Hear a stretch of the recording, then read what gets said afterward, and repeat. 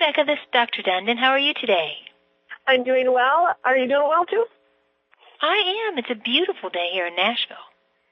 It's a pretty warm fall day for Minnesota, too, which is nice. We like to get a couple of those late in the fall. Yeah, it's strange. It's supposed to be in the 80s today. Oh, not quite that warm here. I think we're supposed to get in the 60s, though, which for us is, yeah, that's beautiful for us. So is everything ready to go? Yes.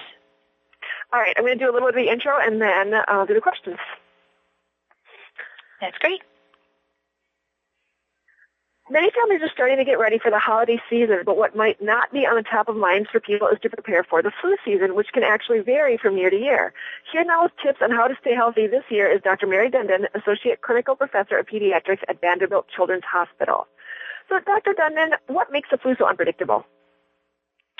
Oh, the flu is a very special virus. It has an ability to mutate. It's very unstable, and that's unusual. Many other viruses are stable, like the chickenpox virus hasn't changed for thousands of years, and if you catch chickenpox, then you're immune for life.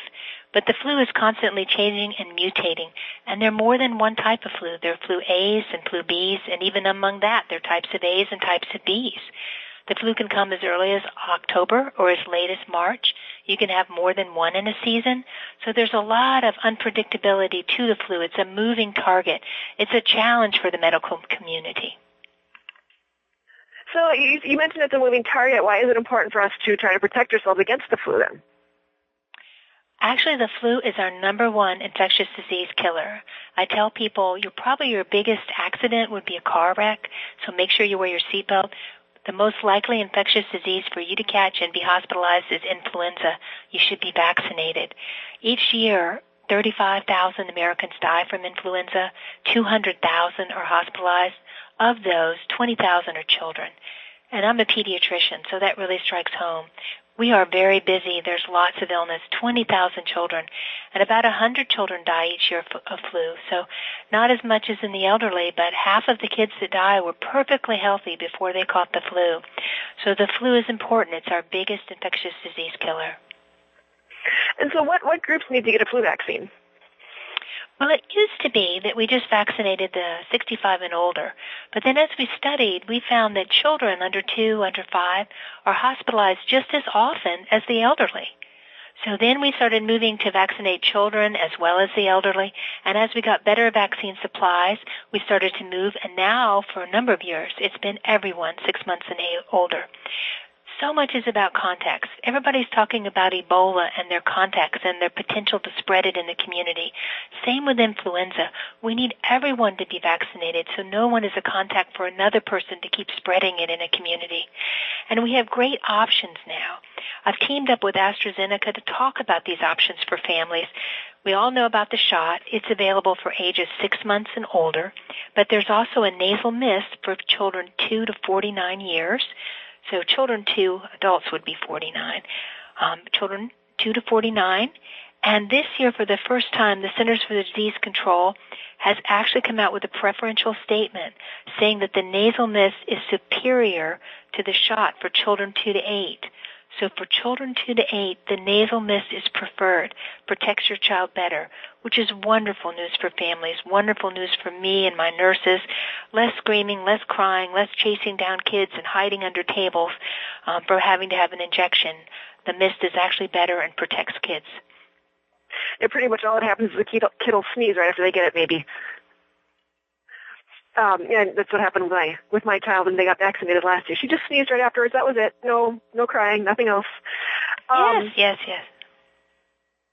So there are a lot of myths about the flu. Can you shed some light on some of the facts of common myths that you've heard? Well, there are two, but the biggest one that is so upsetting is people think that being vaccinated will make them sick. And that's just not true. The injection can cause some soreness of the arm, any injectable can into a muscle. The nasal mist sometimes causes some congestion in the nose for a day or two, but they do not make you sick. Flu makes you sick. And up to 20% of the population of the United States gets flu every year. Children in a classroom, it's estimated a third get flu every year, a very communicable disease, airborne, hard to protect yourself from. The other is that flu is just a cold. Somehow we've kind of used this name flu to mean a cold when we're talking lay people, but that's not what we mean medically. A cold will never put you in the hospital. A cold will never kill, but the flu will. The flu is a totally different, aggressive disease, potential to mutate, can be very serious, can at least take a week out of your life and make you miss work, your children miss school, and in worst-case scenarios, much more. There's lots of good information at Facebook.com, A Family's Guide to the Flu Season. It was written by Elizabeth Pantley. She's an author and a parenting expert. You can download a free educational brochure there, Facebook.com, A Family's Guide to the Flu Season. All right, so Family's Guide to Flu Season on Facebook. Any other place that people can go for more information? My personal is cdc.gov/flu, and it sounds like you might have been there too because there's a map, and you can even see where flu is in the United States. And currently there's some in Texas and Florida and North Carolina, but not much of the rest of the country. But you can follow it and see as it progresses across the country. Lots of good information, cdc.gov/flu. All right, thank you very much for your time today, Dr. Dundon. Thank you.